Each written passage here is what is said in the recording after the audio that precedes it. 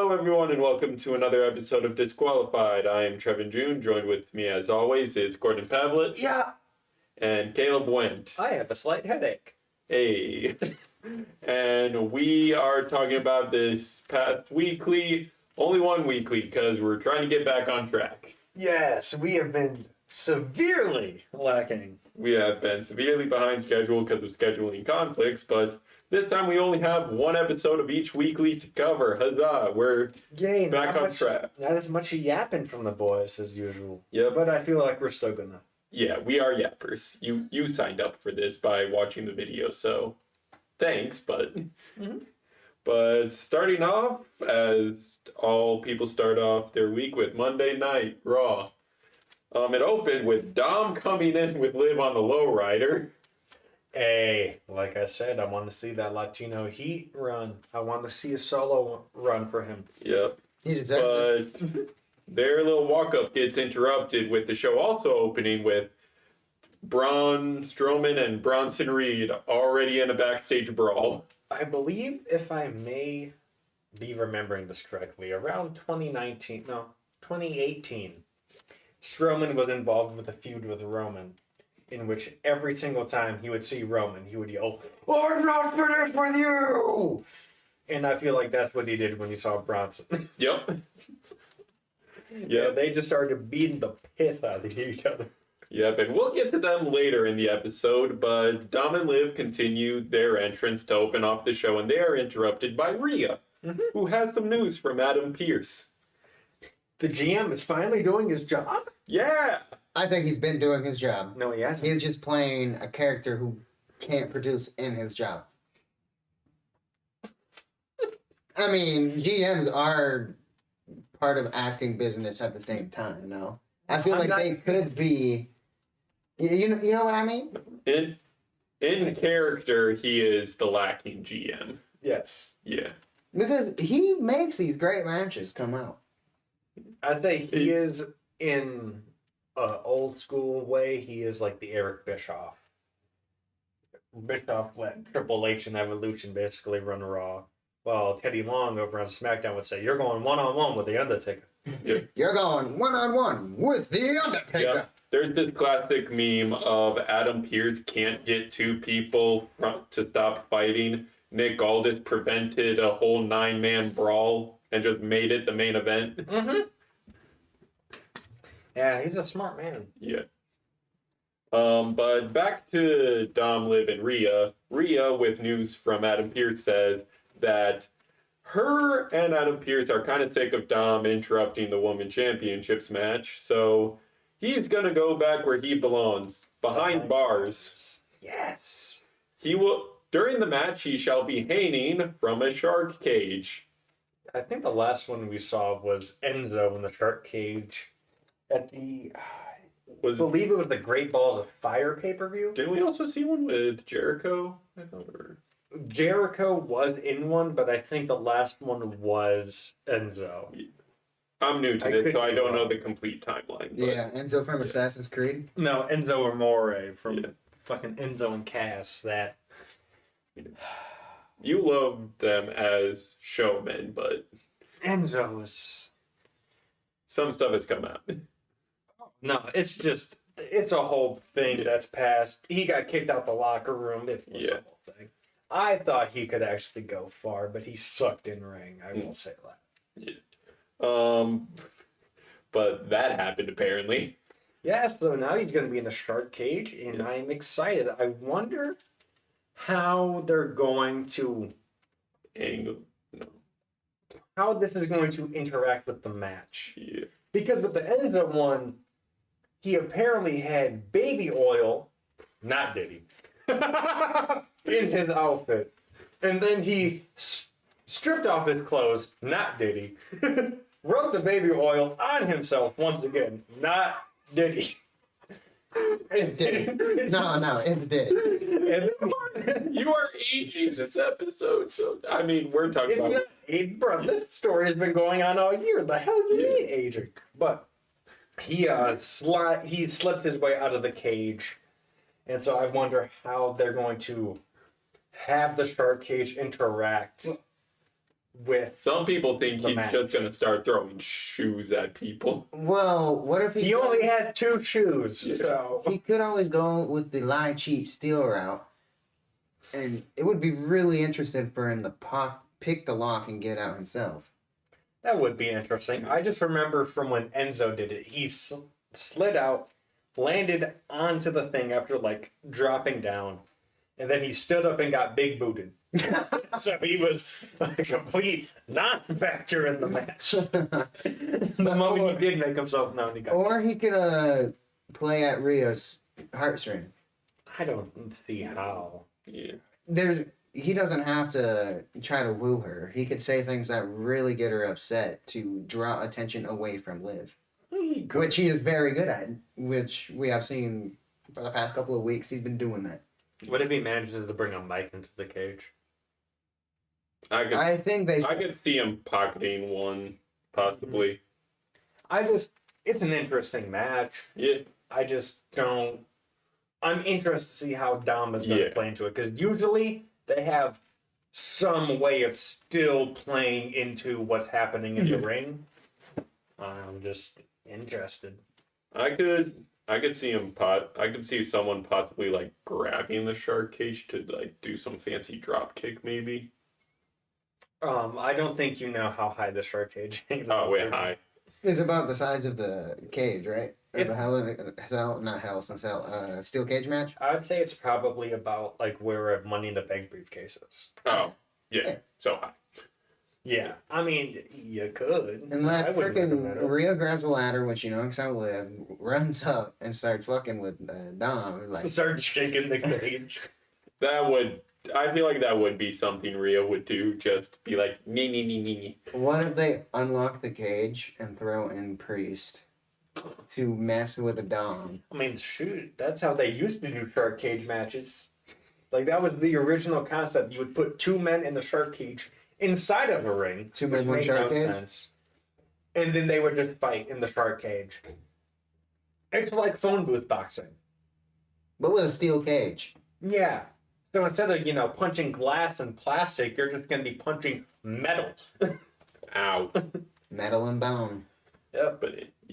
But that happened after Rhea announces this because she made a promise of like, I'm not here to hit you, and then she ends the promo with like, by the way, one of my other comments I lied about, and just headbutts the crap out of Liv. Mm-hmm. Like that headbutt is just like every time it impacts, it's just like, oh. I just want them to stop playing the Terror Twins to be so strong. Because it's kind of to the point where I know they're going to win whatever they fucking do. No, one of them is losing and one of them's winning. Yeah. I already think I know who's winning and who's losing out of the 2, but we got the video coming out Yeah, we got soon. a prediction It's video. actually coming out working- before this video, Yeah. so go back. It's gonna be in the link in the description. F it. Go back, watch it. But moving along with the show, The Miz was supposed to have a match with Bronson Reed. However, Braun Strowman decides to interrupt it, causing another huge brawl with, For such a big man, he moves around sneakily. yes. And there were so many men in that arena. I was like, dang, that is a lot of security guards. Probably the worst, like, pylon and... I don't know. It kind of took away from the whole thing. I would have been okay if they were just beating each other's ass, but the fact that all those men came in and they were like holding him down, it never looked like they had the chance. Like they already seen that it was gonna happen. Mm-hmm. And I from what I remember correctly, the guy with the black Bronson. okay, Bronson, yes, yeah. he was like getting ready on the ropes, and one of the Worse than guys me, yeah. looks up and then prepares himself. You can actively see him prepare himself. Mm-hmm. Took away from him. Yeah. One of the worst things I've But ever like seen. the amount of men they had in that arena, I was like, that's a lot of homies. Like it's not to the same caliber because like as Gordon mentioned, the security team was kind of but it kind of reminded me of the Cena versus Lesnar level. Back in my day, they bring out the actual superstars, not Yes. these weak-ass local enhancement Yeah, talents. but it was like almost that number of men, but it's like Yeah, I mean they're doing a real good job of hyping this up, but Hey, we're gonna get a last monster standing. yeah, match Adam off, Pearce. so- Adam Pearce decided to be competent this episode. Yeah, he took his job very seriously. Yes. Wait. I feel like we've been getting banger matches from him. Now, is your superstars not listening to you competent or incompetent? Because I feel like he's a pretty competent guy. It's just these guys aren't respecting him. Well, let's just say this. Because at the end of the day, he makes the matches, right? He does. And you always say Raw's the best. Technically, we say NXT is the best. Yeah, and But- is the best. That's because Shawn Michaels. But when we're talking about But- SmackDown and Raw, we're always saying Raw is that much better than SmackDown. Yeah, but I feel like Well, that's because One of- SmackDown is Bloodline Central right now. I also feel like Bloodline a Central. Raw wrestler, CM Punk, says it best, like what happened at NXT of let them fight, let them fight, let them fight. Adam Pearce lets them fight out a little bit, gets them worn out. Nick Aldis just makes it an actual show or match he can make money off of by making it like, say, the main event or an official match. Nick Aldis is playing it smart and he's earned that roster's respect in character. Adam Pearce is just, let's wear him out and then I'll make a plan. Yeah, pretty much. Yeah. He has the old school parent mentality. Yeah, they'll tucker themselves out. Yep. And sometimes they don't. No, they don't. Like these two men, they Yep. did not. But now they have to officially tucker each other out in order to get a paycheck. I think this main event's the last 3-hour episode of Raw. Yeah. Just for 2024, this is the last 3-hour episode of Yeah. Raw. Last confirmed 3 hours. They did say Netflix will play with episode time. That's what I said of 2024. Yeah. But then what else happened? We had Xavier. We also had Damage Control versus Unholy Union. Oh yes, we did. Yes. With I believe Damage Control won. No wait. I think it. I did not write down They who lost. went over. I think they lost. Because I've been hearing a lot of problems is Damage Control is like turning face. Mm-hmm. And no one really knows what to do with them. So they might have lost. I don't know. I think Damage Control is just lost because right now it's down to 2 members. And that, Because Asuka's still out, and Dakota Kai is still out. Yeah, I mean Dakota Kai. Damage Control won. okay. the match, my yeah. bad. Good. Io Sky was in it, right? Yeah, so Damage Control went over. I don't recall if this was for number 1 contendership. I don't think so. I think it was just a beef match, but it brings me up to an interesting point of, do you think Damage Control could take it off Jade and Bianca? No. I don't see why they would want to give Io Sky a championship on the tag division when the tag division is kind of buns. Well, that's because it's the only thing that she hasn't done on the main roster. Or no, she has. She has both. But even, on the like- main roster, so. I don't know, like her talent is just that much where she should be one of the people in the main title picture. I think I mean, they're that- just waiting till one of the members comes back from injury because 2 out of the 4 members Yeah. are in. I think Gordon also brings up an interesting point of what he just said about Io could be said also about Bianca and Jade. No, yeah, but all 3 of those girls shouldn't be in no tag pictures. They should be I contending. think it is time to introduce the women's mid-card titles and get rid of the women's tag team. I mean, Unless they can find a way to. I mean, if they made the women's tag team, is it able to go on any show they want? It's any show. It's Oh. 3 brands, but Yes. they don't use. They've used NXT, twice? yeah. NXT basically has no women's tag division. Well, no, they do. They have the metaphor, but they're not using the metaphor because I don't know where Noam Dar is. Yeah, they also So they only have Ora Mensa and Jakara Jackson and Last Legend being his managers, but why aren't they in matches? Last Legend picked up and body slammed Otis. Yeah. Why isn't she in matches? Yeah. Like, that's... I guess also we do just have the new faction of Fatal Influence as well. If they want to try to make a single star and 2 of the 3 being tag stars as well, but Who's the single star in that group? It's not the new one. Trevor Jones. Not the new girl. Pardon me for forgetting her name, but it's not her. yeah, same could also be I said would about like to see, out of anyone in that group, Fallon Henley actually go on to have a singles career.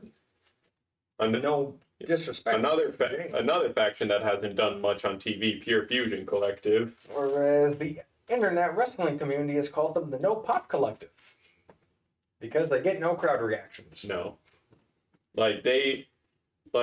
When they first initially formed, I was like, okay, new faction could do some And work. then Sonya gave Io Sky one of her worst matches. Yeah, it just hasn't put out as much results as my initial reaction. I mean, that sounds like shade, and I guess it can be interpreted as shade, but Sonya wasn't in the ring for a whole year or two before that match. So, I mean, it's ring rust, but still, you get put in a ring with someone like Io Sky. Io Sky should be able to carry someone to a good match. And the fact that she couldn't even carry Sonya to a somewhat decent match has a lot to say about kind of where they need to be used. Yeah. I don't think they should be utilized all that much. I don't think this group is going to work. No. Which is sad because when they first initially formed, we thought, cool, they're forming a faction to help clear out and build up what they could work on, like we mentioned, Zoe being amazing in the ring, like especially after that Money in the Bank match, and then just needed someone to back her up in promos, and then this entire faction has just been let down after let down. Mm-hmm. And Zoe Stark can go in the ring, just bad on mic. Shayna Baszler can go in the ring. She's okay on mic. They just haven't used her. And then you have Sonya Deville, who she was involved with the man. Well, first she came with Mandy Rose and Paige and Absolution, and then that changed and went, and then it was just Rose and Deville, and then we had that whole Otis love triangle storyline happen, and then Deville pretty much just became SmackDown GM, from what I can remember. So you weren't utilizing her in ring. She was out of the ring for a year or two, pretty much, just collecting ring rust. If I'm them, I'm putting someone that's been in the ring for a while with Io out of anyone in that group. Mm-hmm. If I'm bringing in Sonya in that group, I'm bringing her in to be the mouthpiece. Because she can kill it on the mic. She's good on the mic. Out of all 3 of them, she's probably the best or second best. But I would have just used Shayna against Io or Zoe against Io. It's just, I don't think the Pure Fusion Collective is going to go as well as they think. Yeah, it hasn't been working really. No, and then Which to their credit, they have tried. Like their couple like tag matches and then a couple of the 6-woman put on decent shows, but just as a whole, usage wise, hasn't necessarily worked out. And that's one of the things that sucks is you have to be able to get over with the crowd. Yeah. And if you're not getting over with the crowd, what are you doing? Yeah. Not getting over with the crowd. Yeah. You're not improving, pretty much. Yeah. Well, no, I don't think that's the case because some people are pretty good. It's just fans don't connect with them. I don't think that always has to do with them not being good at a certain skill. It's just fans aren't connecting with certain people who aren't interesting. And I'd say that's also a creative problem as well. It could also be a timing thing. Like if you look back at certain storylines that people like started losing hype for. Ooh, That just died. No, I just think it stopped recording. Because the camera itself doesn't really die. It just stops recording at times. okay. It's the connection. Okay, so yeah, just women's tag division as a whole. To be fair, we could also blame it on how expansive the injury list has gotten. It is the injury bug, but like I said, off cam, and I think I've said this on cam before, you have teams wasting away. You have the way. I mean, the unholy union, they're not wasting away, but they just have the titles. I would have liked them to keep the titles. So what I'm hearing is it's a creative issue. It's They're a not creative using issue. their Yeah. buttons. No. They're stuck in a rut. Yes. Yeah, I feel like they're also trying. It might also be a thing of like get bigger box office stuff out there so you don't have to worry about a lot in the different station transitions as well. It could be. I just think that in now with tonight, because this is a Monday when we're recording it. Yeah. This is the last 3-hour Raw Mm-hmm. just for this year. Yeah. So for the next 2 months, there's less, last 3 months basically. Yeah. There's less TV time for Yeah. every single person. Yeah. So now they're even going to be wasting more of their roster because they can't utilize that third hour until January because SmackDown's getting that third hour. Yeah. Which just means, yay, we can actually get a justified reason for the 40-minute Bloodline promos. Well, I think there's always a justified reason for the Bloodline promos. I'm sorry. Because the Bloodline promos involve so many different people. I love Roman. Man should not have 40 minutes of a 1-hour block. But all I can say is I don't even think Cody's the face of the WWE. It's still Roman. Like you hear the people cheer for him, right? The Yeah. people cheer for Roman, but it's the face of the company is definitely Cody. I guess. But, people would say LeBron's the face of the NBA, and he hasn't really won the championship in how long? Yeah, but it still goes off of popularity. And to compare him to LeBron, Cody's ranking top 5 in Fanatics merch. Isn't Roman top, though? No. Higher than Roman's Cody? not anywhere near Cody. Because I look in the Cody's in the crowd. realms of LeBron, Ronaldo, Oh, and Messi when okay. it comes to terms of people buying his merch from I'm Fanatics. just looking in the crowds of all these things. All I see is OTC.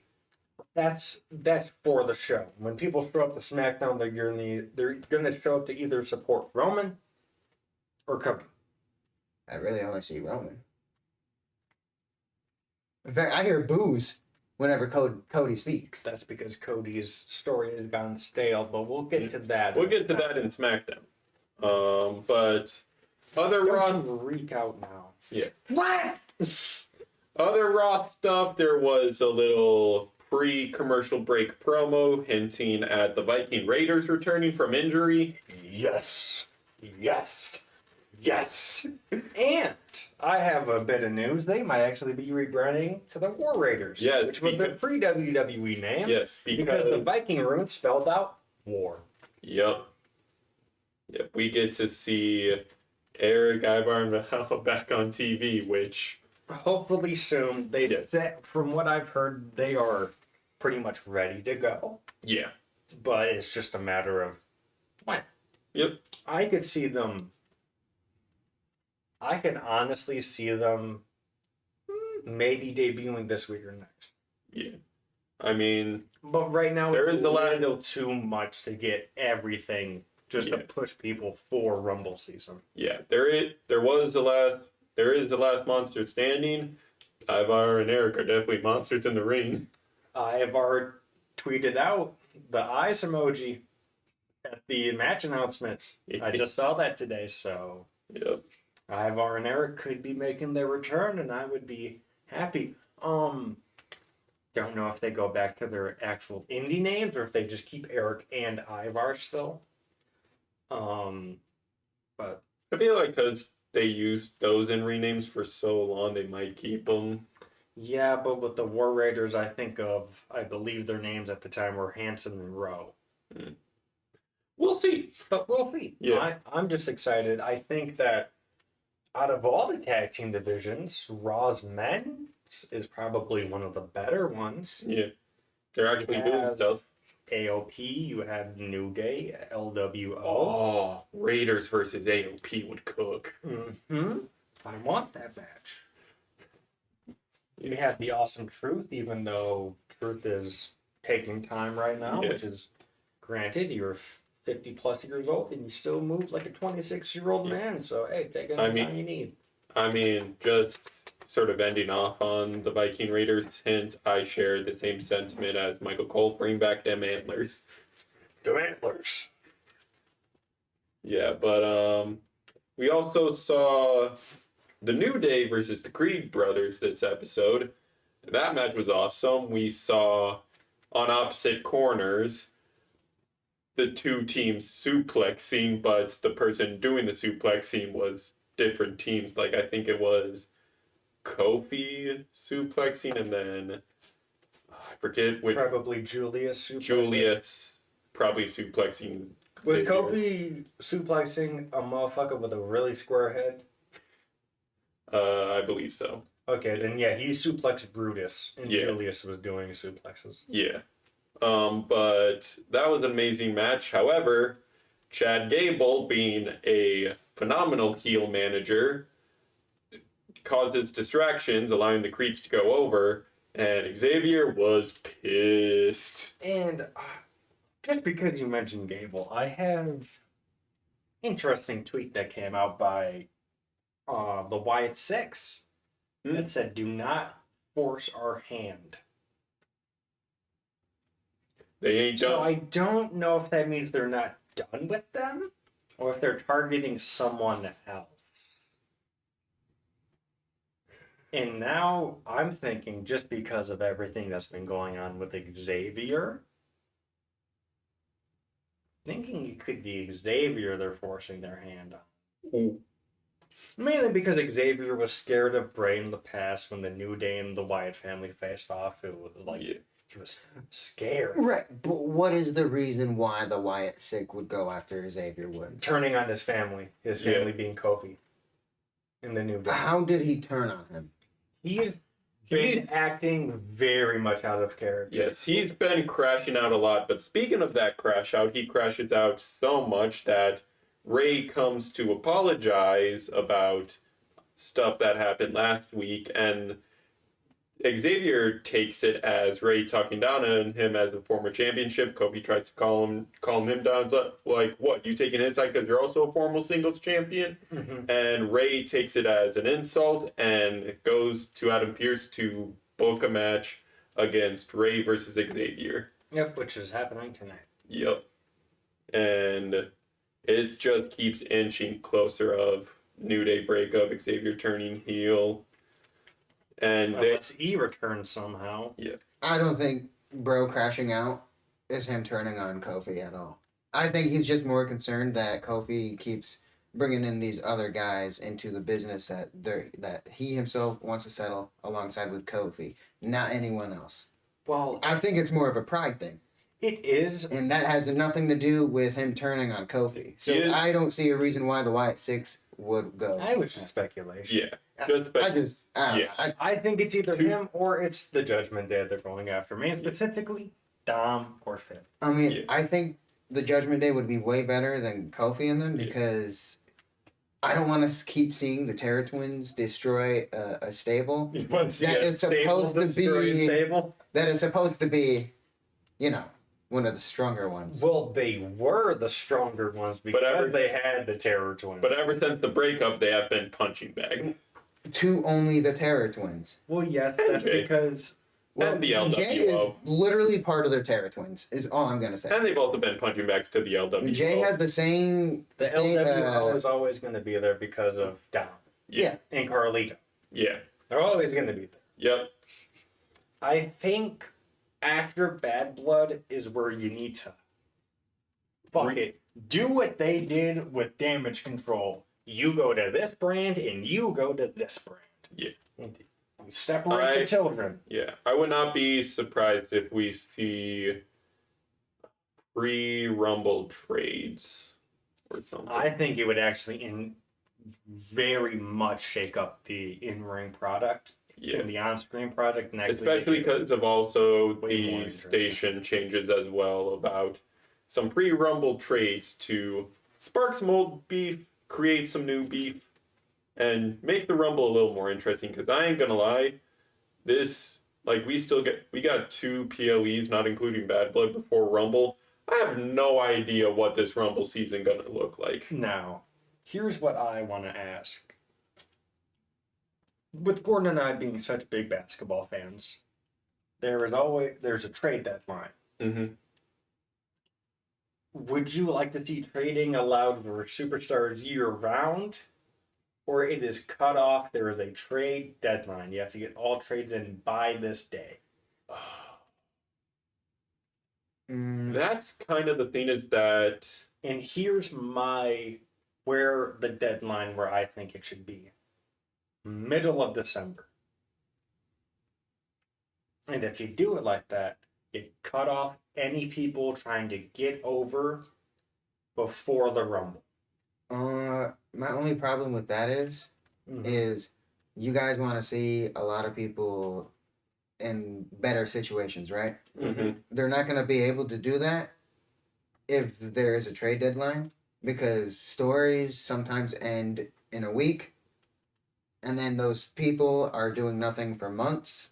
Mm-hmm. So a deadline would be very bad for this organization. If you want people to actually be able to move around and be able to perform for the fans. Well, they're cutting off their live shows. They're cutting back on their live shows. Well, they are, but like what we watch is the television shows. Yeah. If that happens, these storylines could be even more hindered because they are stuck for that year. Something I want to comment with that is I don't necessarily want to say a deadline. I almost want it to feel like a trade season. Like, you know how post-WrestleMania they re-implemented the whole draft thing? Mm-hmm. I kind of want to see... so post-WrestleMania, you have the draft. 6 months later to cover it, like, you have half a year of looking at your drafts, half a year... And after half a year, you do some trades to try to reestablish, and then you have another 6 months to redo the draft, and then so on and so forth. So, but to be fair, that would make October sort of the draft season month.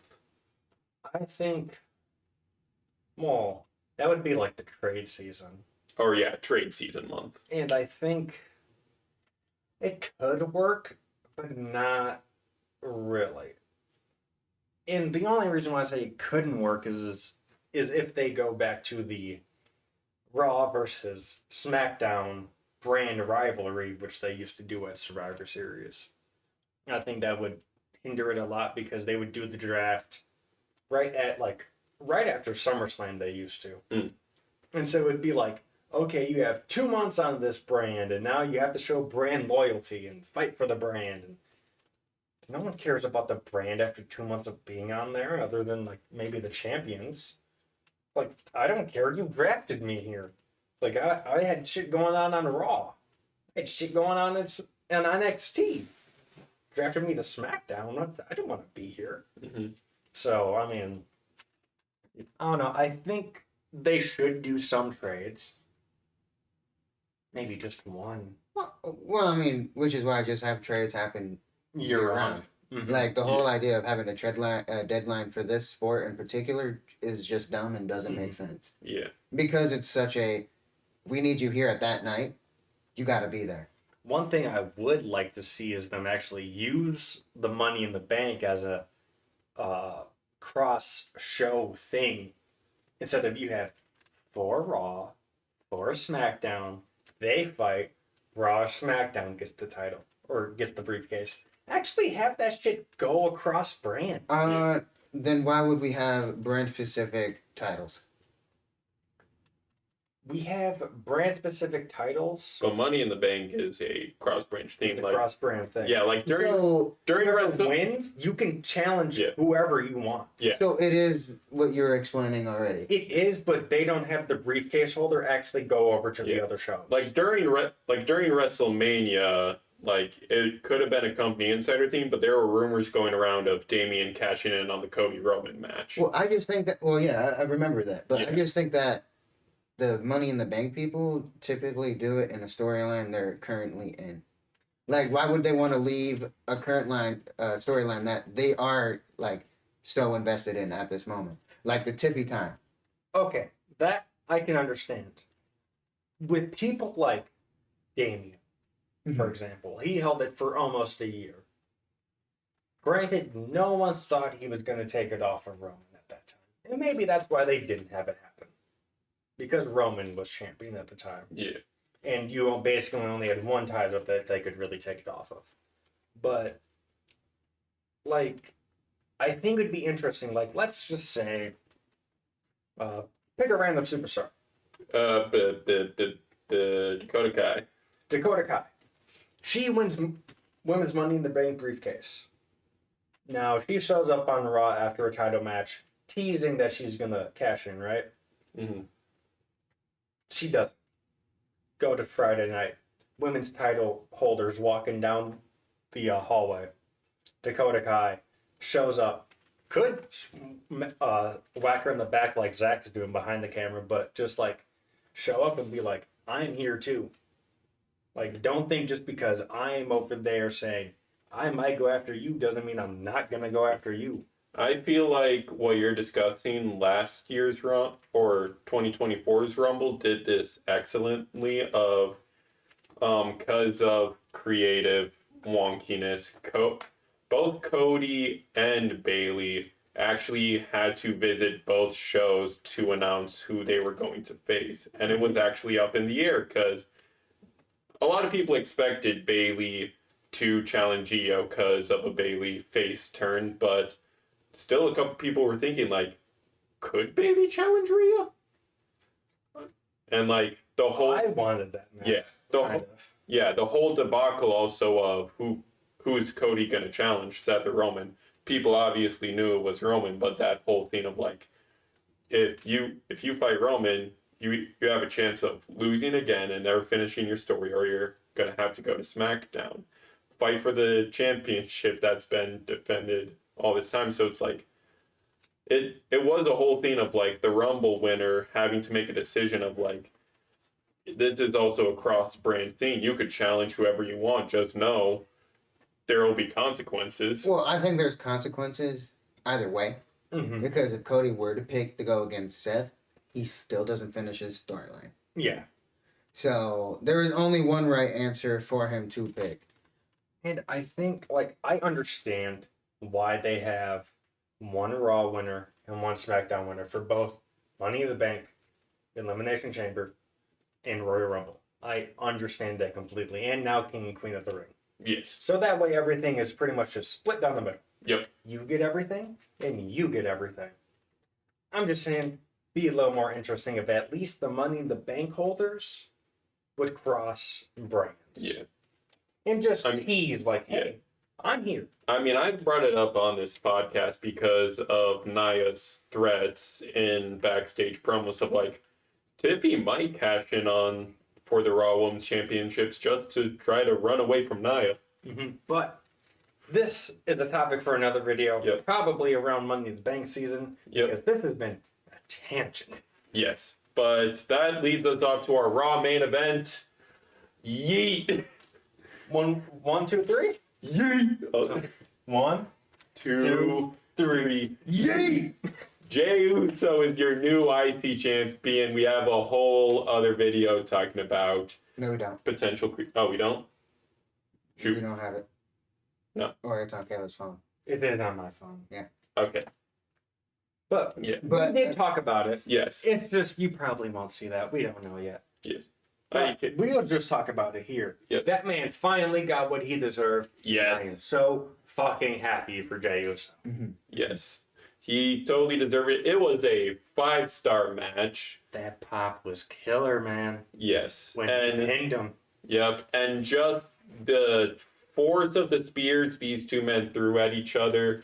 Jay spearing Braun through the barricade, and then just also that Uso splash. It's like, oh, this match just had me on the edge of my seat. And like you brought up in the scrapped video, there was no interference. No, yeah. This was a completely clean fight, which I was surprised with. I Yeah. thought at least the Judgment Day was going to send, I don't know, maybe Bobblehead McDonough out there to take a beating. Well, the thing is, the Judgment Day is already preoccupied, so I already knew that they weren't gonna come.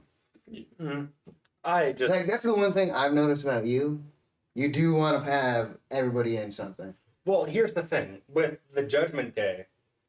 When they're targeting the Terror Twins, because that's just what they're doing. They aren't targeting them. Terror Twins are targeting them. No, Let's get that straight. they still targeting the Terror Twins. I think it's more out of retaliation. No, Finn was literally the one who challenged Damien.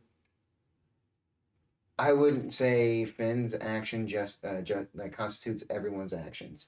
Well, Because yeah. Finn has been doing this on his own without the Judgment Day. In fact, he brought Liv Morgan into it. Like, this is a Finn Balor problem. Yeah, but Finn also says that there is no leaders in the Judgment Day. So he is running around writing checks that the Judgment Day has to cash. Because Rhea and Damien are going to come get theirs. Yeah, I know. But Rhea still has business with Liv, that's why. they stated that at SummerSlam. Mhm. So we been know the Terror Twins were coming for the Judgment Day. Yes, but we also have been known that Jay has had issues with people within the Judgment Day. Well, yeah, but at this moment, the Judgment Day are quite literally, they have their hands tied. Because JD has also sparked a rivalry with Ilya. Like, they are just way too Carlito spread out. and Dom's actually involved in 2 storylines because Carlito and Dom still got beef with LWO. I don't think So I just think Carlito LWO stuff's going anywhere anytime. They have a long time for that. They were Ray was gonna have a match with Finn this week, but then because of the Kofi and Xavier thing, maybe just for whatever reason Finn wasn't there last week or whatever happened. Yeah. But that got changed and now it's Ray and Xavier this week. Yeah. And I feel like that match was gonna go set up the LWO stuff.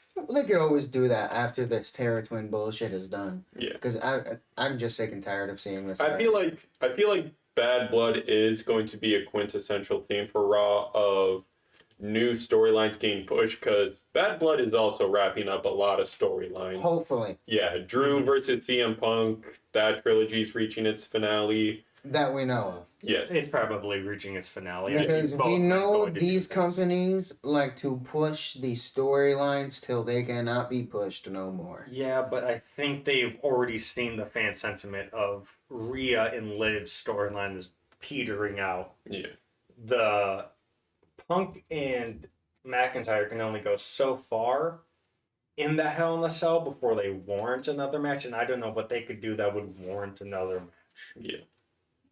There's some ways they could This- warrant it, like if their match this is interrupted. Drew versus Yeah, but that never really ends DQs unless or Hell in a Cell's never really ended in disqualifications unless you're Vince McMahon the last Well, 2 years no, of what his booking. what I mean by that is these men are very prideful men, Yeah. and if it were to happen, their pride will get the better of them, and they will want that actual one The- without the the experience. trilogy's coming to an end. They will probably have a brawl in the Rumble. Mainly because I see them wanting to move on and have Punk versus Rollins finally. Yes. They want to have that was the plan. That was the plan. And then Punk got injured. Yep.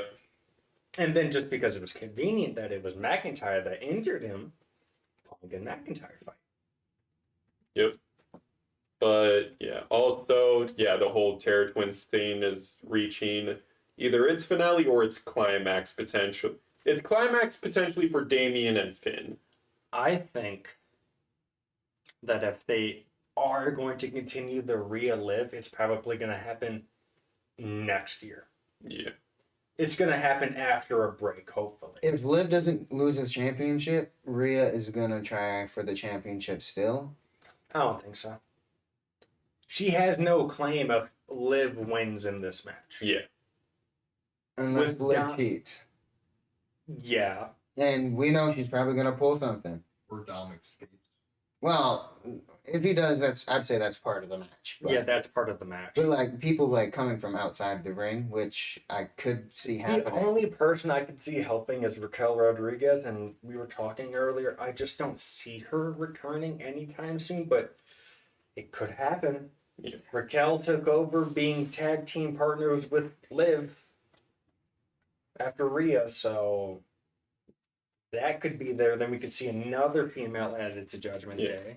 We'll see where everything goes from here. Raw is definitely going to have a shakeup not only this week, but also after Bad Blood. Because, to be fair, a lot of the Bad Blood card is also Raw. This is a Raw pay-per-view Yeah. with like 2 SmackDown Yes. matches. I mean, Raw only has 3 matches, but they're big money, audience bringing in matches. I just feel like all the matches are big money. Bringing in the matches, I don't know. It's a pretty even show, in my opinion. You get a little bit of everything. Honestly, yeah, the match that I think is the least hyped in my opinion, which is Nia and Bailey. Bailey, yeah. I mean, not least hyped, it's just my least interesting. It has a Bailey better good, take that fine. it has a good storyline going in. Now to we'll get to that. Yes, we'll get to that on SmackDown, but Let's switch over to NXT. yeah, NXT, because NXT was actually a pretty decent show leading up to tomorrow as of recording being their CW premiere. But yeah, Zach and West had a Rollins and Riddle style interview for their street fight match. So many F-bombs got bleeped out. It's good. Real Graps are back on TV. Huh? Say Real Graps are back on TV. They're Yep. allowing these people to, well, not allowing, but they're swearing. Yeah. And it was such a good promo because both of them were in the building technically, but they just want them in separate rooms. Zach just mid-interview just gets up, takes off his mic, and it's like, "Where you at, Wes?" Yeah, Zach, why'd you do that? I am, okay, look. Couldn't help it. Look, I am tired of them spoofing the Daniel Cormier and John Jones interview. I am fucking tired of it. This is the second time they've spoofed this interview, by the way. With John Jones coming off, I think it was like they were coming back online, and John Jones was there saying, "Hey, you still there, pussy? Can you hear me?" And I mean, they're pretty much just, they did that with Rollins and Riddle with, "Yeah, you're listening, you little bitch." Like, I get it. It is a very, very good, actual 100% that I can think of, like, real thing that happened with him saying, "You're listening, you pussy." But just stop spoofing it. I get that you're with the UFC now with TKO. It's just, can we get a different interview style? I would prefer how they did it with Brock and Goldberg when they were gonna fight. When they had their meeting in the middle of the ring, they had a line of bodyguards separating them. Those two men are tiny. Bodyguards can easily separate those two boys. Who? Zach and West. Oh, I thought you said Brock Lesnar was tiny. No. I was like, boy, what the hell are no, you thinking? if I remember correctly, Brock and Goldberg threw those men around the ring. Yep. But Zach and West aren't gonna do that. No, yeah. The most you can do is jump over them. Zach can do that. Come on now. I mean, I just would have preferred it in the ring, but it was a good promo. It was a good promo, and I feel like this match is gonna cook. Like their match that was just a normal format was match of the night at No Mercy, just adding the layer of weapons allowed, no DQ, no count out. We'll probably just add more to it, Mm-hmm. but yeah, I would not be surprised if this whole thing becomes a trilogy. But I'd love to see it. yeah, because these two are probably. I mean, use this term, but probably wrestling soulmates because they know everything about each other. I mean, they were tag partners for so long; they know each other's styles. And with you, not saying that we aren't Rascal fans, but you probably being the biggest one out of the three of us. Mm, How do you no, feel, because they're no longer the Rascals. how do you feel about this rivalry, though? I'm indifferent. Well, Zachary once did lose his TNA X Division Championship, so he's no longer going to be bringing that out. All I know is I'm more interested in other stuff happening in other companies at the moment. Possibly Bryan Danielson? No, in particular SmackDown and what they're doing with the Bloodline. I think that is top-notch stuff that's going on at the moment. I think that's always going to be their A program right now. is But the Bloodline. but speaking of SmackDown, we had a little guest, not necessarily a surprise episode, but we had a little guest segment of the Waller Effect with A-Town interviewing Fraxium, and they were poking at each other like, "Hey, there are rumors going around that we're both breaking up. Which one is going to do it first?" Yeah. I think it was Fraser pointing out why is his name on everything and yours isn't. Yeah. And then Grayson saying, it's a trademark thing. That's funny. That was fucking hilarious. Yeah. He's like, it's a trademark thing. I can jump through all these hoops. He's like, I've been have this like this all the time. Yeah. It was an amazing segment, and it just added to the layer of like, no, these two teams are probably going to break up, and it is the question of which is going to do it first. I think it's Fraxium.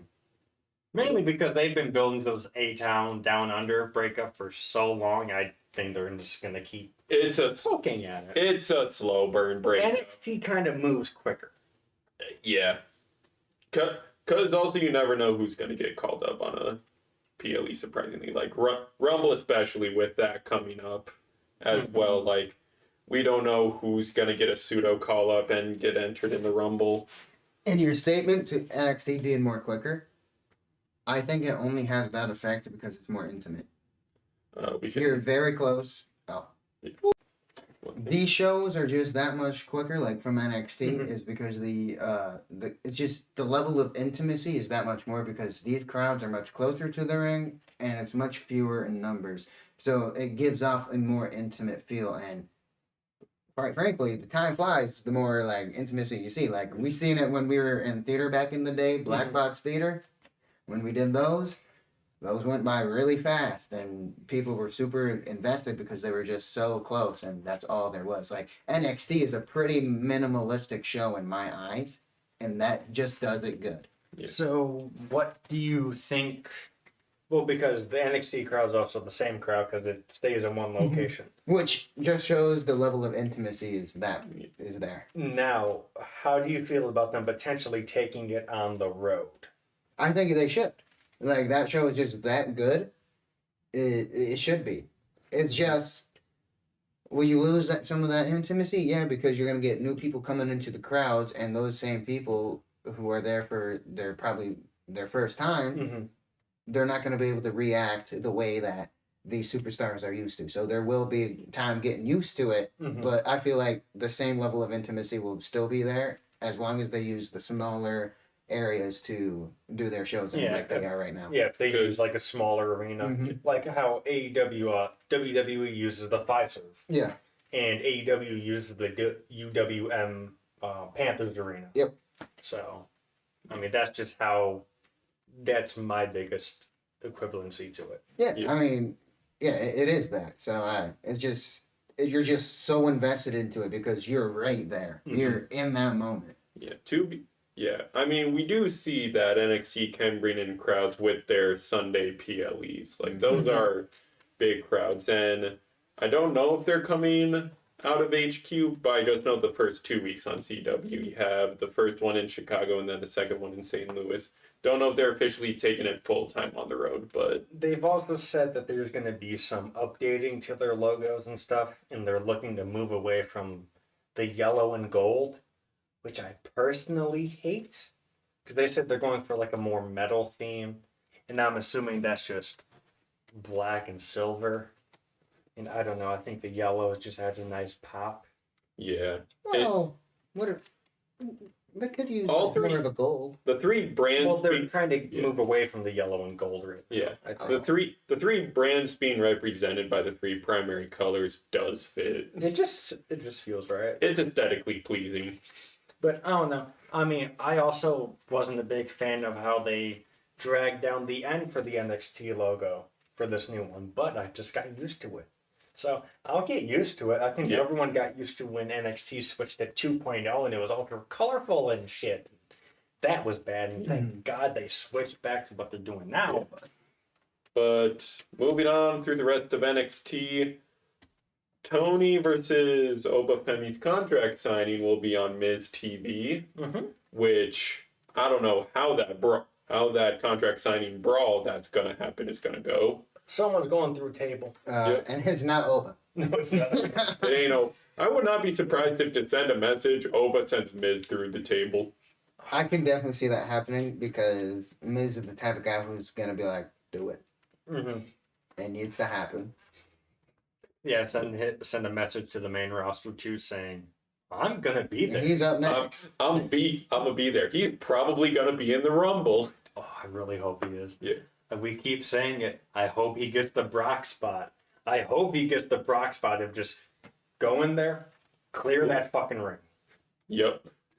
Just There's yeah, like 18 people in there. yep, like Get up 6. like number yeah, like the usual number like 22-ish spot of like this ring's looking a little crowded. Kathunda.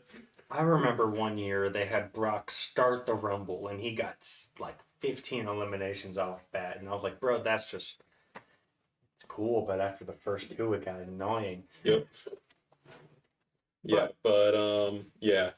Another thing is that Ava as a GM decided that she's tired of hearing gossip and arguing about Fatal Influence a little bit, and forces Lola and Jada to tag against 2 members of Fatal Influence, which, if you know anything about Lola and Jada, they don't like each other. But they both got beef with Fatal Influence, so Ava's like, hey, you both got beef? Cool. Tag, go. Hey, the enemy of my enemy is my friend. Yeah, until they do the classic, can they coexist? Well, yeah, we saw that with Team Hell No. We saw that with It's just the classic wrestling Yeah. trope. Can these 2 rivals exist? which Yeah. I don't think that they're gonna be able to do for a while, No. and that's okay. This- Just let them squash his beef, and they can be on their. They might start another one up with each other again. Yeah, they probably could. I could see Fatal Influence getting in the middle of that match and just, or like the third member getting in the middle of that match and causing some distraction. Yeah. But NXT also ends off with the face-to-face press conference with Julia and Roxanne, but it got interrupted a little bit. By Stephanie Becker, oh my god, I can't wait till she enters the WWE. And she said whoever wins this match, she's challenging next. Okay, now here's my question: when is Roxanne's title defense happening? CW premiere. So, So same night as Trix. yes. Someone is retaining. Roxanne is retaining because Roxanne is. They're so not good. going to have both titles changed on one night. No. I honestly think. Do we stay in the era of ego? I think so. Only because I would like to see Trick get his moment in front of a crowd again. If he wins it, I like to see him win in front of a crowd again. Yeah. Or like, obviously they're going to be in front of a crowd, but Yeah. like a pay-per-view crowd. Yeah.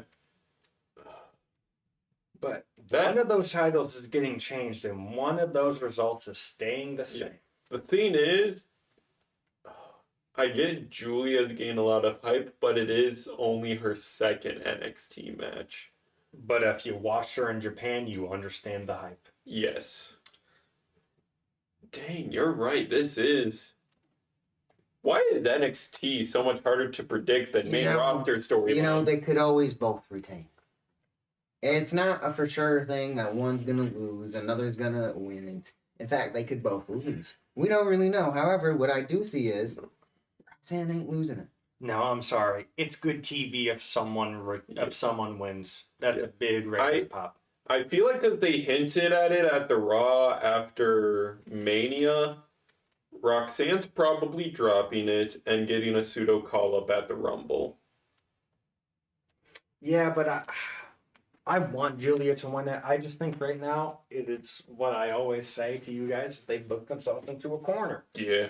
I don't want to see Roxanne off my TV to the Rumble because she's not. If she's going up to the main roster, Oh shoot. I don't see why you would have her involved in NXT storylines going up until the Rumble.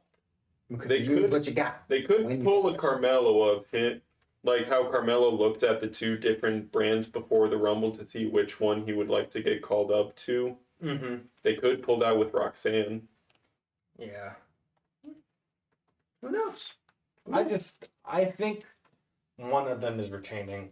The other one is losing Dropping their it. title. Yeah.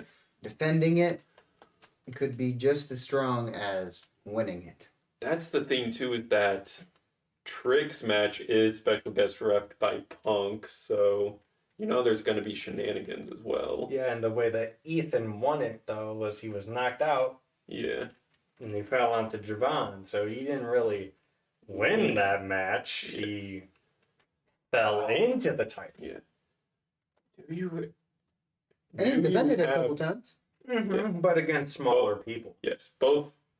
Well, I think all of his defenses have had a weird stipulation. I think, Mm-hmm. yeah, but I feel like Ethan, to establish him, you have him win not necessarily cleanly, but in a convincing way as well. Like Punk, like shenanigans are gonna happen because Punk is special guest ref. But I feel like Ethan comes in a convincing way enough where it's like, nah, he's champion. I'd Fairly. even think about it. Do you think Drew appears? Because Punk is special guest ref. It is 4 days Or do before. you think I'm doing the thing of putting too many people? You're doing exactly Yeah. that because It's 4 days before Bad Blood. if he does come, Yeah. it takes away from their match. Mhm. Yeah, And that's them saying, oh, this is more important than what's going on right now. yeah, That would be an incredibly poor decision to do. yeah. I feel like Ethan either, I don't know how to explain it, but Ethan, he is the ego guy. He could try to ego check Punk, but he's an ego guy for a reason. He does still win matches. Yeah. It does produce results. Yes. I think that's all that matters. Even if it is against weaker guys, because those weaker guys are going to be stronger guys one day.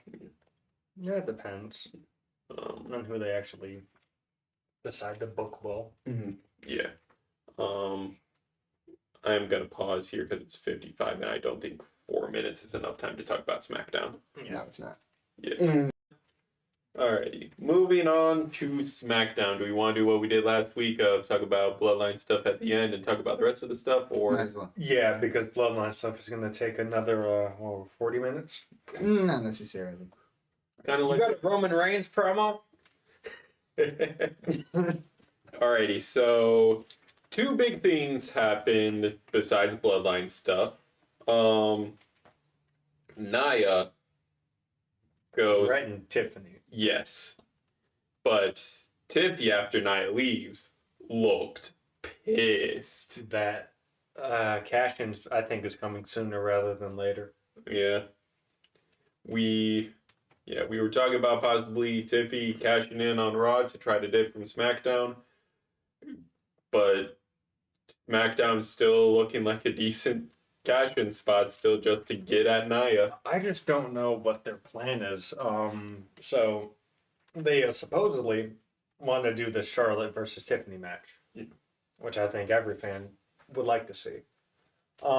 It's just a matter of when do you do this and how does it happen? Does Tiffany lose the match to Flair, thus losing the championship? Because we know it's going to be for a championship.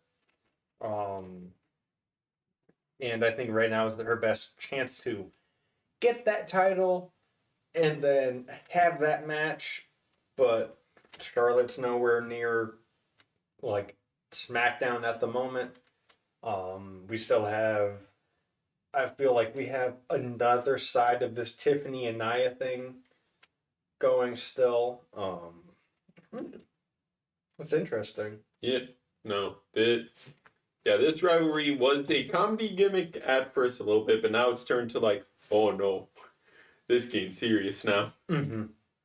But later in the show, one of the reasons why Nia was upset is because there was a number one contendership match that was won because of a double pin last week by Naomi and Bailey, and Bailey goes over becoming number one contender, which rerun of SummerSlam. This isn't Nia's first defense. It will be her first defense on a PLE, but she defended it against Michin on a couple weeklies. Yeah, and but they kind of teased Naomi getting heated at the end of the match when she was walking away. Yeah, sort of teasing a heel turn. Yeah, but I don't. I think it could happen. I just don't know when.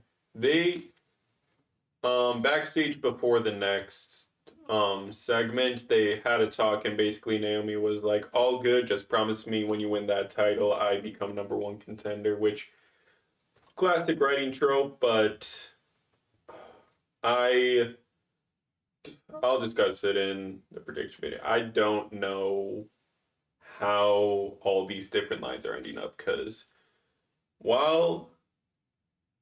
to be fair, SmackDown's women's single run roster is actually pretty decent and is honestly pulling a lot more, or at least is a lot more inclusive and a lot more elaborate than Raw's side. Mm-hmm. But there's still something to be desired to get eyes on it, I feel like. Yeah. I'm not sure how to phrase it. It's just Raw definitely has the bigger named power with Rhea and Liv, but those are legit like the two names on that side. While SmackDown has a lot of big names. You have Nia, you have Bailey, you have Tiffy. It's just the story behind those names being involved has just been a little lackluster as of recently. Well, I think a lot of Raw was based around Rhea and kind of Becky Lynch. And now that Becky is a free agent, she's gone and she's enjoying time at home, they have to build female stars. I mean, think about it. A few weeks ago, none of us were talking about Bronson Reed. And then all of a sudden, he takes Seth out. Yep. And then he takes, who was it, R-Truth out? R-Truth. And then he takes another guy out. The Miz. And now, all of a sudden, we have a burgeoning star on our hands. They need to make a new female star over on Raw.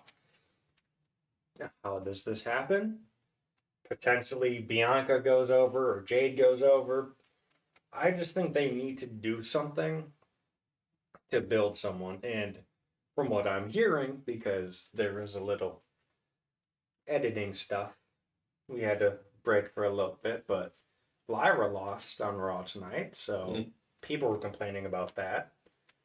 I mean, it's just, there's so much you can do without pushing people to actually get more opportunities. Yeah.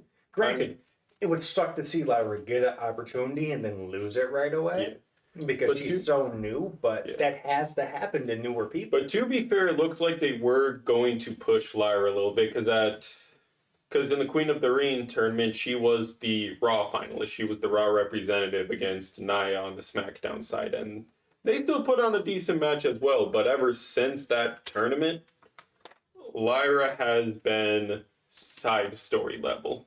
Mm-hmm. Like you had stories building of her being in an alliance with Becky. You had her go all the way to the finals of Queen of the Ring.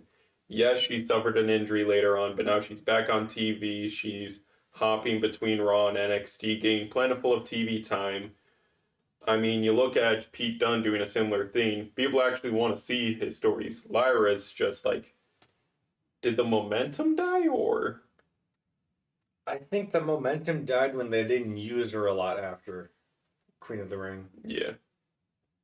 I think a lot of the momentum died just for a lot of the female superstars when, unfortunately, Rhea came back so quickly.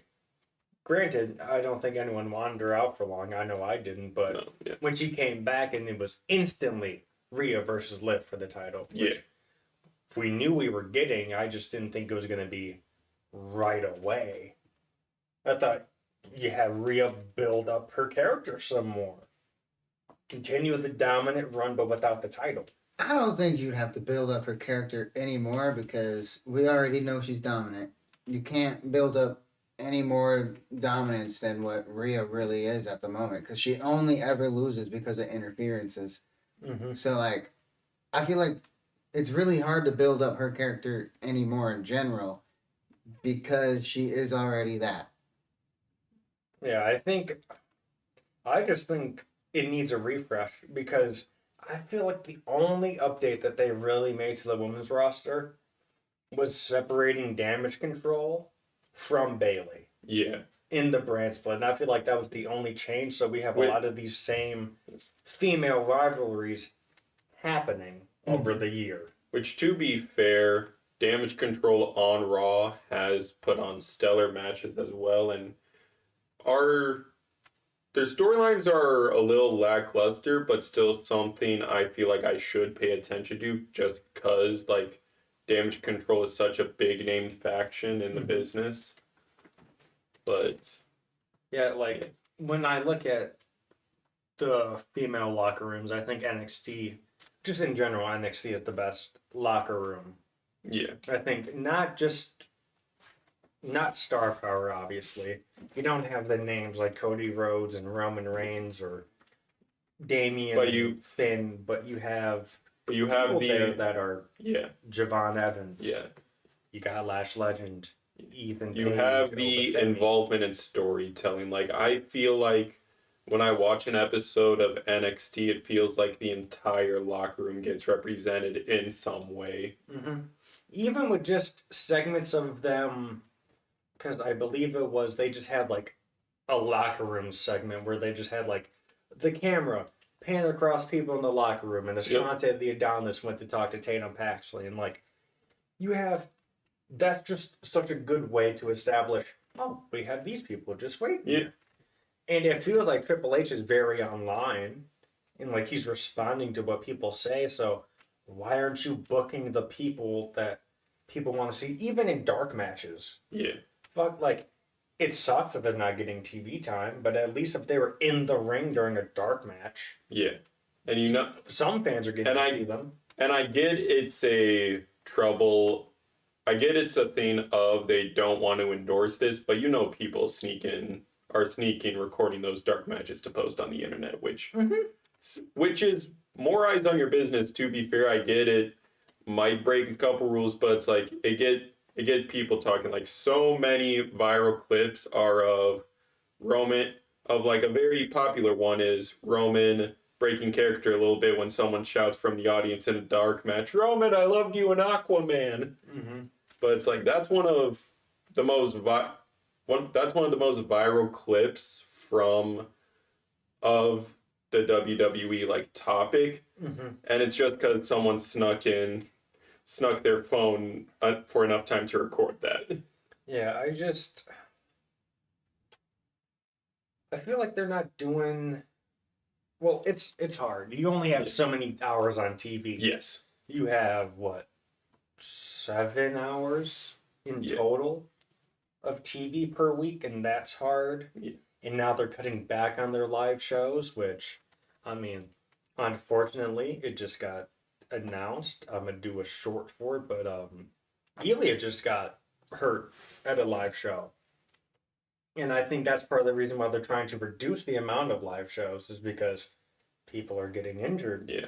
So, But when you have things like speed, for example, when you give people that aren't getting on TV, like Candice LeRae matches, you're giving her 3-minute matches on a Twitter show. I don't think most people are going to tune in for a 3-minute Candice LeRae match on a Twitter show, and that's no disrespect to her, because I love Candice LeRae's work. I'm not going to tune in for a 3-minute match. I want more than 3 minutes. Yeah.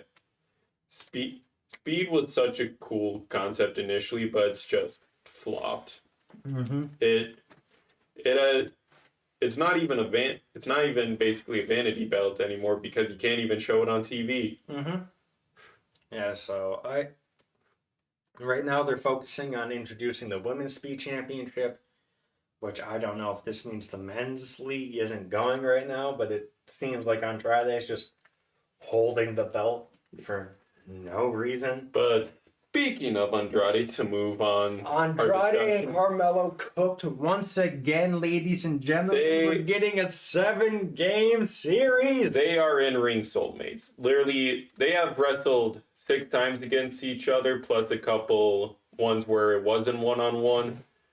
Every match they're involved in feels different. What makes a wrestling soulmate? Because I feel like we're throwing that word around a lot. Okay, so I don't think him and Carmelo are wrestling soulmates. I think they're really good in the ring. They have really good chemistry. I think someone who's a wrestling soulmate, we've said it before, Roman, Seth. Those two are wrestling soulmates.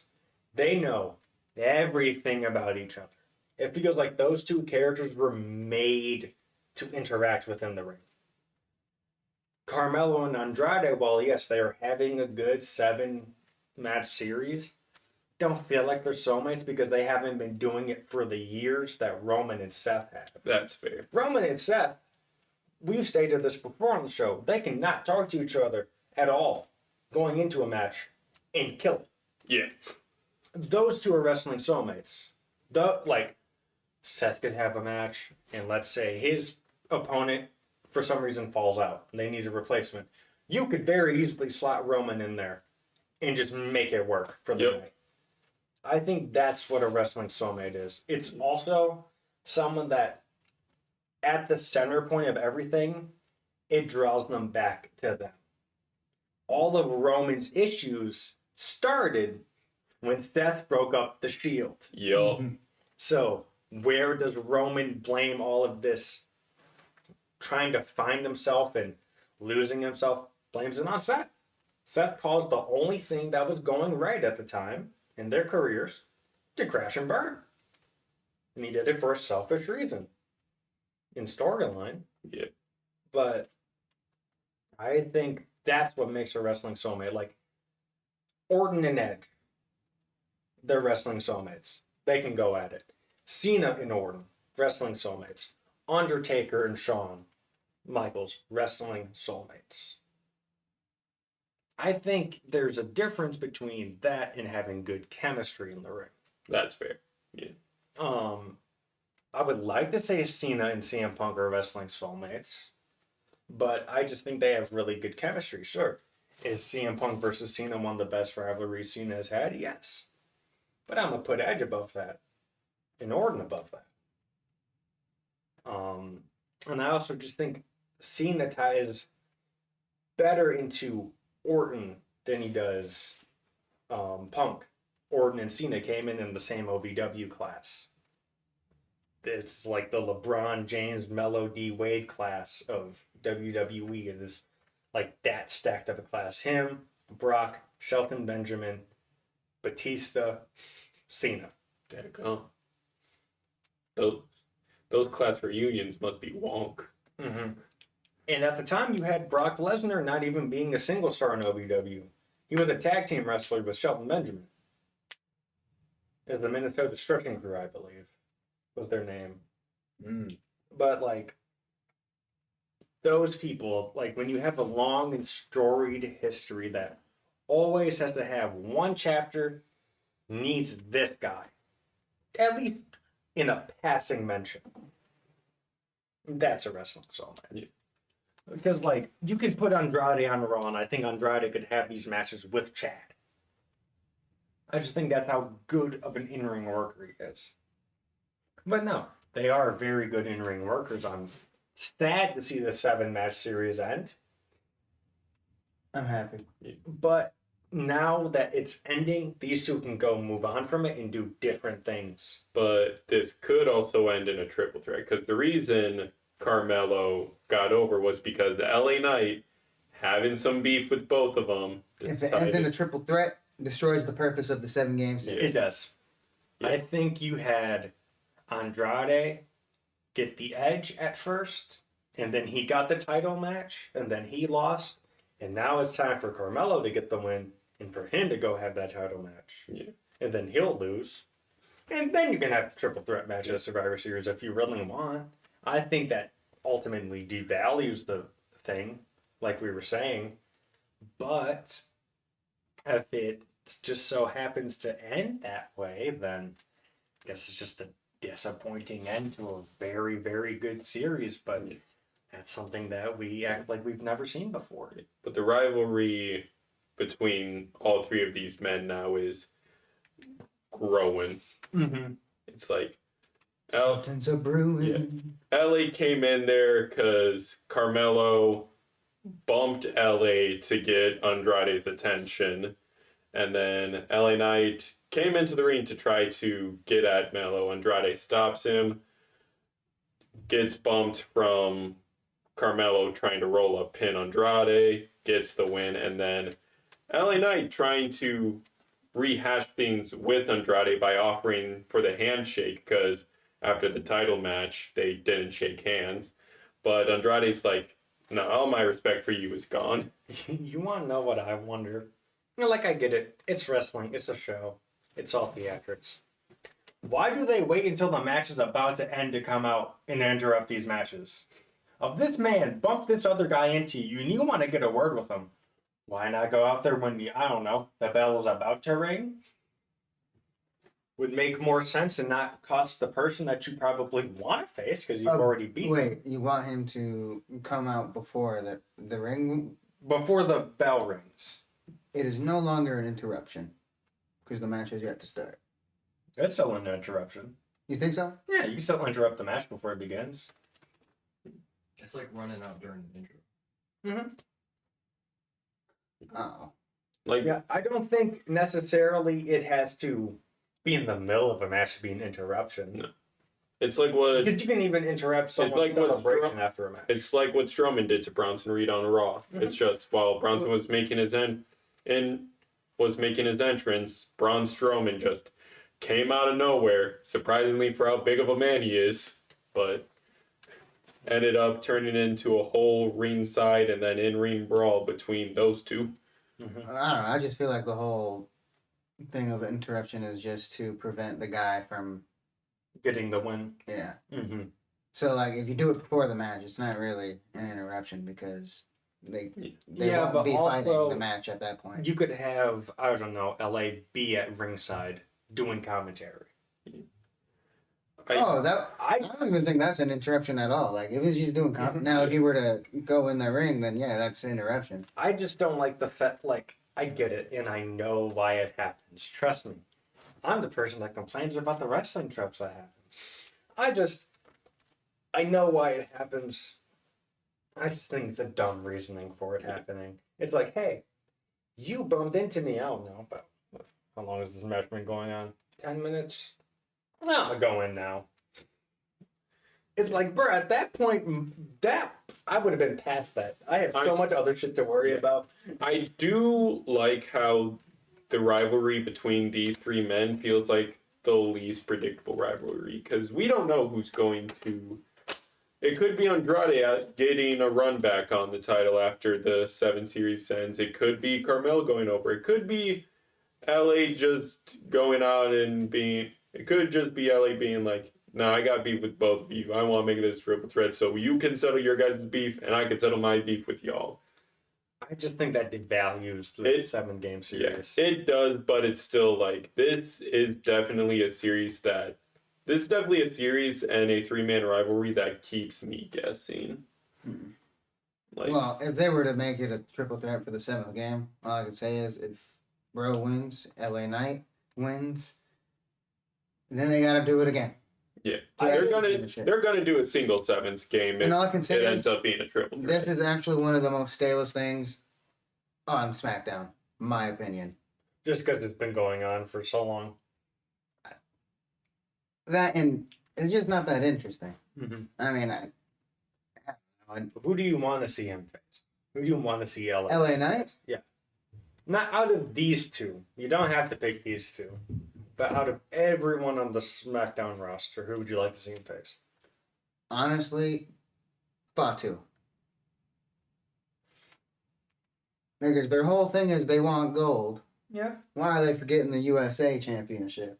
Yeah, that was one thing that they never really cornered as the Bloodline was a mid-card title. I mean, Because, Solo had it for a week. well, yeah, and it just North would be American. Yeah. a nice change of pace to get something that's not just the bloodline, Mm-hmm. just a little break. Like for one night. Fatu Yeah. could definitely do it. Mm-hmm. But then would people find it stale that every single male championship is caught up in the Bloodline? I don't think so, because Solo Sikoa said, and I quote, "We want the gold." Mm-hmm. They best not be forgetting the USA because that is gold too, baby. Mm-hmm. And if they do, then Solo Sikoa and this whole fucking bloodline thing, the new bloodline, they weak. Okay, so let's say Jacob takes it. Hypothetically, who do you have to take it from Jacob? No one for a while. No one for a while. Because Jacob should be booked to be that strong. Do you think they have it be like, you have no more competition, we're just taking the belts off of you? No, because I do believe LA Knight could come back to take it at one point, or throw it back on Logan Paul for a little bit. Not for a long ass time like they did. I don't see Logan beating Jacob unless it's without the help of everyone. Look, all I can say is Mr. Beast would have Jacob- his whole gang in there. oh my fucking goodness. Jacob Fatu is good, yes. But he can still lose. Mm-hmm. Oh, And- no one's saying they can't. And someone who should be able to beat him is Logan Paul could definitely beat him. I'm not saying he will beat him, but there is a chance Paul could beat him. He's that good at it. Mm-hmm. And he can take fucking damage. Like we can't forget that Logan Paul is a high caliber player. I'd say he's more high caliber than Fatu. Fatu is just so tenacious and he just wrestles hard. When I see his stuff, like, yeah, it looks impressive, but the skill isn't like the others. Mm-hmm. I mean, he could definitely lose the skill. And I don't want to say Sami Zayn because that would not be good. He has stuff over on Raw that he Exactly. needs to deal with. Exactly. Because I don't want another person associated with the bloodline coming in trying to take his shit either. I don't know. Here's right now with Sammy, stick with the world title picture. That's all you need left Yeah. to do in WWE, pretty much. Another thing with the Bloodline 2.0 having all the gold too is that it was announced that it is a triple threat ladder match with the Tongans, DIY, and the Street Profits in that match, and I feel like this is where they take the tag titles off the Bloodline. Mm-hmm. Mainly because this isn't a match where they don't have to look weak in Yeah. defeat. Yes, keeps them still threatening for civil war, but gets titlehood out of the picture a little bit. And the only reason why I agree with them, I kind of want to go into the Civil War where the two teams are just fighting for the Ulafala.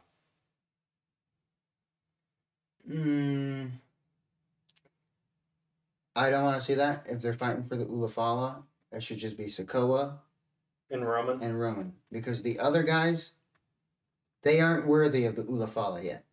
So why do they have an input who's becoming the person who holds the Ulafala? It should be tribal combat, once again, one-on-one. Give me my damn Ulafala back.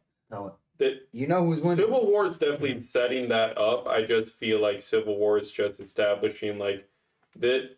This is my army. This is yours. Kind of like what happened at WrestleMania season, where like Roman had his whole family backing him up, so Cody developed a whole basically Avengers Assemble thing with Jay and Seth. It's just Also, those two guys will not lose the title.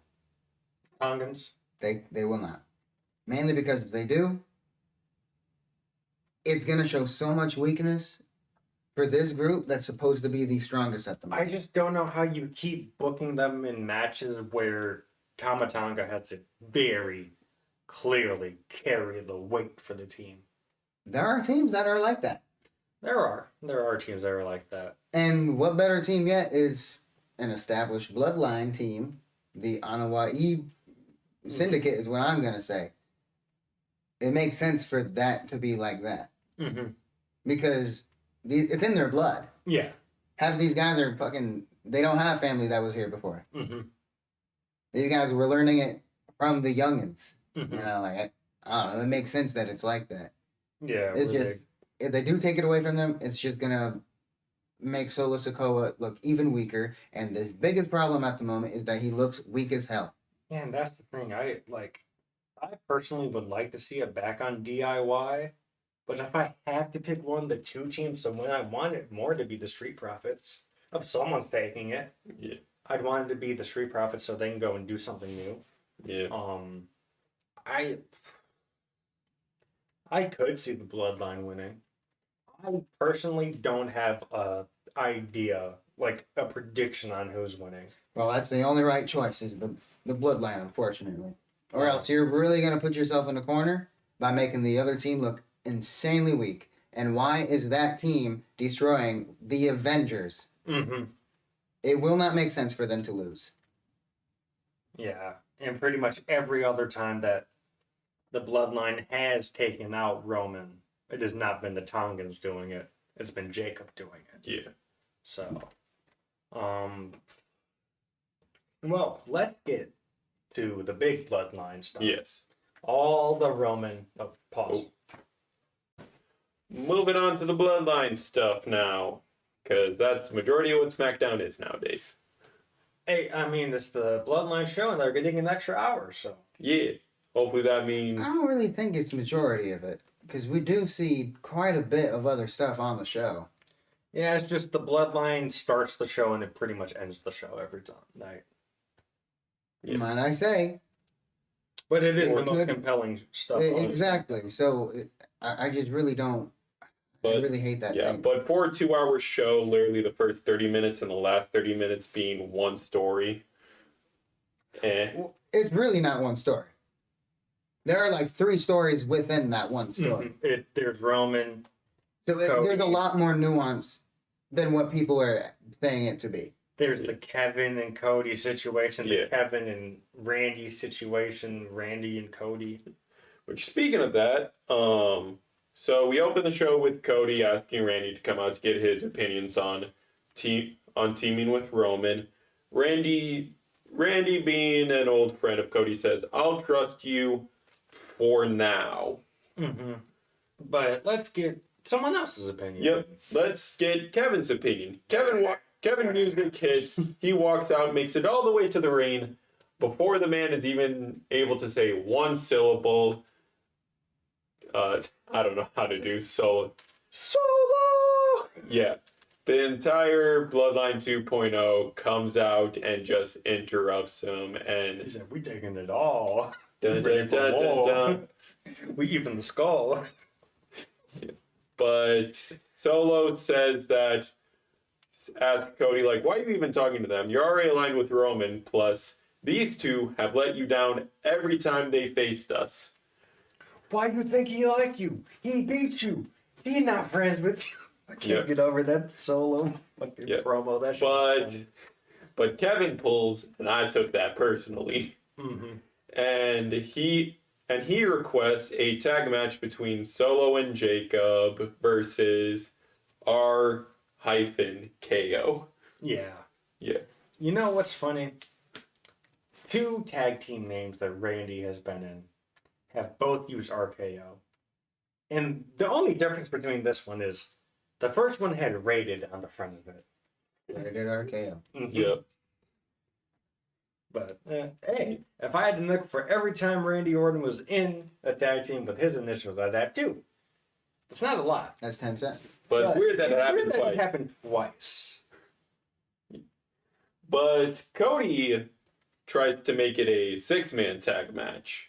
But Kevin's like, no, don't do that. You already have your confirmed tag match that you should prepare and save yourself for. We'll soften him up for you. Mm-hmm. And then that becomes the main event. They start having the bout. Tongans come out to try to interrupt the match, but Tongans get caught up by Cody coming out Why I oughta. and interrupting the match. They have a little ringside brawl, but during that brawl, Cody gets tossed into the ring, hitting the knee of the ref, while KO post Sunner is trying to pin Solo, making that pin not count. And then Jacob comes back in out of fucking nowhere like a bulldozer, just running through Kevin, taking him out, and pretty much setting up Solo for, what was it, the spike and then the win? The spinning Solo. Spinning Solo. Yeah. I hate that name. Couldn't come up with a different name for a spinning Uranagi. Beats me. Alliteration. Spinning Solo. Success. Yeah. But Solo gets the 1, 2, 3. We still have about 90 seconds left of SmackDown. So what better way to do it than to tease the KO heel turn? Yep, with KO getting bright red in the face like these boys' chest and hands during the chop off. Check that video out now. Now, what I will say to that is, I don't think it's a heel turn. He's still gonna be a face. He just doesn't like Cody's ass. Because faces can still have beef with faces. I think it's completely Very rare. justified. It is justified. Mm-hmm. He's Like- not a bad guy by any means. It's just he's been screwed over so many times because of the Cody situation. Like, you keep involving yourself Yeah. with this group. Just pull yourself away. Because I feel like him and Randy Orton are going to be just fine with each other. They're still going to be considered great guys, Mm-hmm. faces. It's just they have beef with Cody. Yeah. And beefs are very normal, I think. Mm-hmm. And I think of any one of these two turns heel, it is Randy. We keep forgetting Randy has had a history and a career of turning on people. True that. So he's probably going to turn on Cody. And anyways, that's the better. Okay, what would you rather have? Cody versus Kevin or Cody versus Randy? Cody v. Randy. Randy. Yeah. Yeah. I mean, it's no disrespect to Kevin. I fucking love Kevin Owens. I would love to see a Cody v. Kevin match. It's just right now, that is not on my mind. I want Cody v. Randy. Do they pull what they did to Logan Paul and make it a triple threat, though? I would hate it. All I can say is, why do we keep trying to make everything a triple threat? You know, fuck it. At this point, add Roman in there. Add Solo. We'll make it a fatal 5-way.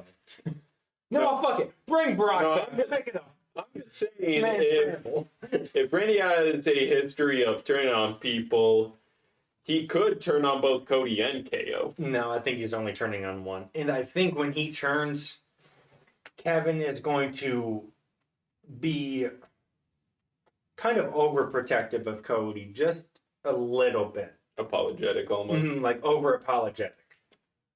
Because everyone thought it was going to be, or they could do it the way that I would prefer.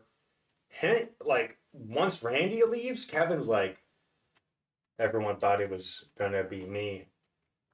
And maybe Cody plays into that. Maybe he was thinking Kevin was going to turn and not Randy. So then you could have that face versus face and that be a justified match somewhere down the road. I just think when we see Cody versus Kevin, it's going to be face versus face. It's not going to be heel versus face. Yeah. True that. And if it is heel versus face, I feel like the dynamics are going to be reversed and Cody will be the heel. Yeah, but I think, yeah. Continue. while they were arguing, Solo was pointing out, like, look at that. They mad at each other. Is that his new gimmick? Point? I'm a point and laugh. Ha ha ha ha ha ha ha. Kind of, because I think he was just finding it amusing, yeah, that he was able to create a situation where these guys are at each other's throats. Yeah. Yeah, it was all. So, if anything, I think Solo Sikoa is the best tribal chief. I'm gonna say that right now. He's more conniving than Roman was. Solo's thing isn't that he's the strongest guy, because we know he's the strongest guy. He's on the just gonna team. pull up and jump you. That, and he has a brain. Mhm. He is methodically planning this stuff out. He's a great villain. Great tribal chief, in my opinion. Yeah, Roman's whole thing was I'll show up. I'll cut a 40-minute promo with my wise man and my bloodline in the ring. But if someone was going to go do something backstage, it was the rest of the bloodline. Roman was not there.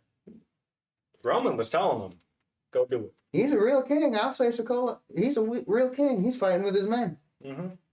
I mean, granted, I think his in-ring work could just be a little better. But that, of course, takes time. Well, that and Not everyone's going to be amazing. Not everyone is a legend like in the ring at the moment. Mm-hmm. Roman Reigns, legend in the ring at the moment. Cody Rhodes, legend in the ring at the moment. Solo Sikoa, he's great. But my opinion, his in-ring work isn't what makes him him. It's his presence. It's his presence, his aura, because there's much more to it than just fighting in the ring. Mm-hmm.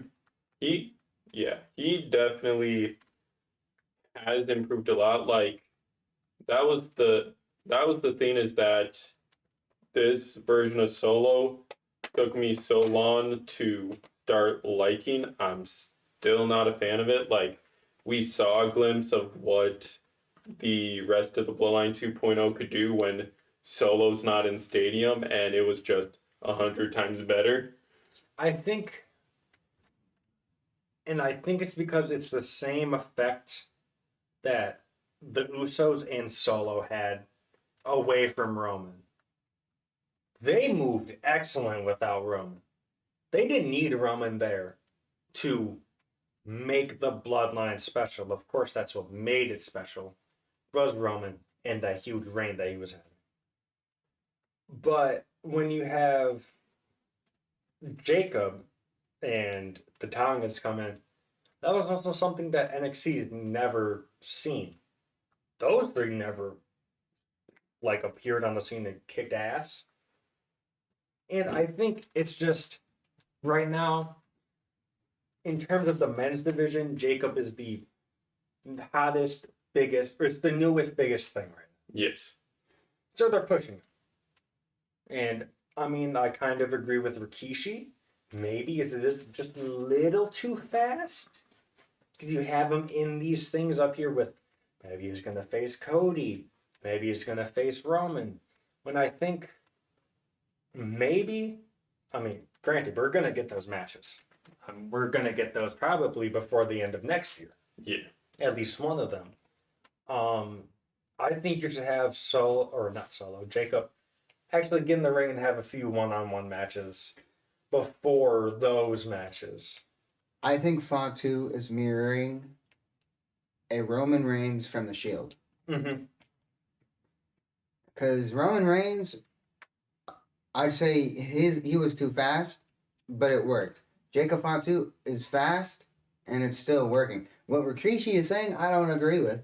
Mm-hmm. Because, me personally, I don't see Fatu fighting solo, like, against Cody Rhodes, Roman Reigns. I don't see that happening for a while still. Mm-hmm. Because it's still Solo's team.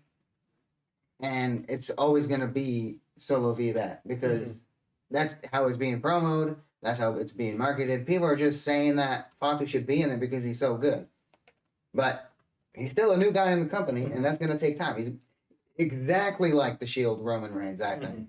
Because he's the silent guy who yams on people. And if he does say, he doesn't say a lot, but he does say, Solo, I love you, my tribal chief. Yeah, and I think he really helps solidify Solo's character. Mm-hmm. I don't know. It's a week-to-week thing for me. Sometimes, one week, I think the Bloodline 2.0 could do better. And then other weeks, I'm like, fuck, they're really fucking good. Yeah. Well, I think just people need to realize that they gotta go through this process. Mm-hmm. It's a story. It is a story, and I know it's been going on for so long, But this is book 3. This is a completely different story. Yeah, like Heyman said, he thinks that we're in the bottom of the third right now. Yeah. Third inning. Yes, which either means. Which is crazy because I literally said it's book 3. So it proves my point. Like, Yeah. it is. But a bunch of people commented either this bloodline stuff is going to go on a lot longer than we thought, or Paul Heyman doesn't know how baseball works. I think. Well, innings can change fast, though. Yeah. I think it can go on as long as they want. As long as people keep responding to it, they're going to keep doing it. They're always going to respond to it because this is the most compelling story in wrestling entertainment history. We still have yet to see Jay come back. We still have yet to see Jimmy come back. Yes. We have yet to see The Rock with more involvement. Mm-hmm. And he keeps being teased. Granted, I mean, Rikishi is older, but I would like to see Rikishi come on screen and try to acknowledge how he feels about what his sons have been through. Yep. During this whole bloodline thing. Yep. That'd be awesome, actually. Very cool. You have so much history with this family and so many new members. You have Hikuleo, who still has yet to come to NXT. You have Zilla Fatu, who just got released from GCW, and I bet you he's just training to get in WWE now. Bet you that's just what he's spending his time doing. Like, they can have this go for years. Much longer. Because I don't think anyone saw when Roman came back in 2020 and won the title that it was going to last 3 years. But hey, it did. And it brought people's eyes to it. Like, literally, the Bloodline storyline is what got me attracted to keeping up with WWE when you invited me over for WrestleMania 39. And it was all the bloodline stuff. Yep. I was literally like, yo, this story is actually interesting. Mm-hmm. Tell me more. I want to see more. But yeah, we also would like to see more. But I think that's pretty much it for this week. Yeah, sweet. Thank you all so much for watching. Thank you for your time. Zach, Our cameraman. our producers. Yes. Looking Oh, at wait. the time. Speaking of Zach, there is one more thing we got to do. We need to present you with something. Yep. Oh god. The video has finally been released. So our inaugural Chop Off champion, despite my best efforts. Yes, it was a grueling 30 rounds that unfortunately got cut down to 20. Because some footage got corrupted, but The Chop Champions. your inaugural Chop champion. Oh, I get you're holding it, but I'll also shake your hand because that was a good bout. Zachary Honore, folks. Mm-hmm. Wait, hold on, duck down. We're not in frame. Hello. Zachary Honore. And now, this Back off is... camera I go. Yep. And now, if you would like to see a part 2 of the Chop Off, it is determined Gordon and I would do it for number 1 contendership for that title. Yep. So I'll end it in 3. he'll end it in 3. I'll end it in crying. That is all for today. Thank you. There will be a predictions video out before this, so I don't know why I'm saying this now, but make sure you check out that predictions video, please. Yes, please. And Like, comment, subscribe. like, comment, subscribe. Thank you for your time. Goodbye.